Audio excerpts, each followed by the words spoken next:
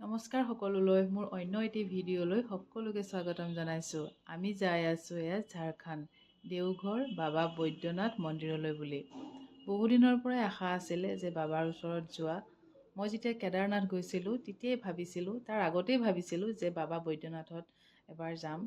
গতিকে বাবাই আজি আনিলে আৰু এয়া 19 ঘণ্টা ট্ৰেইনৰ যাত্ৰা আছিল আমাৰ। তাৰপিছতে পালোগৈ এয়া হোটেল আৰু ফ্ৰেছ হৈ আমি বাবাৰ মন্দিৰলৈ বুলি ওলালোঁ। আৰু বেছি দূৰ নহয়, আমি থকা হোটেলখনৰ পৰা 10 মিনিট লাগিছিলে এয়া টমটমত।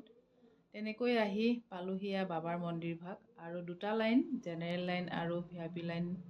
আৰু আমি VIP লাইনৰ টিকেট কাটি আহিলোঁ যদিনো বহুত হাজাৰ মানুহ আমাতকৈ আগত আছে।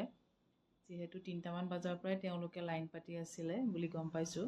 আৰু আমিতো আহি 7মান বজাত পাইছোঁহি। গতিকে গৈ থাকোঁ কিমান সময় লাগে।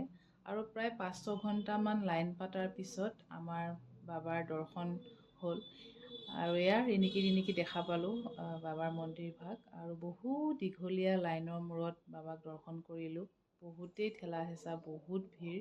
যিহেতু সোমবাৰ আছিল সেইকাৰণেই চাগে। আৰু আশা এটা পূৰ্ণ হ'ল। সকলোৰে মংগল কামনা কৰিছোঁ, সকলো ভালে থাকক। আৰু এয়া এটা নিয়ম আছে যে বাবাৰ মন্দিৰ ভাগৰ পৰা মা পাৰ্বতীৰ মন্দিৰলৈ এই ৰছীডাল টানাৰ।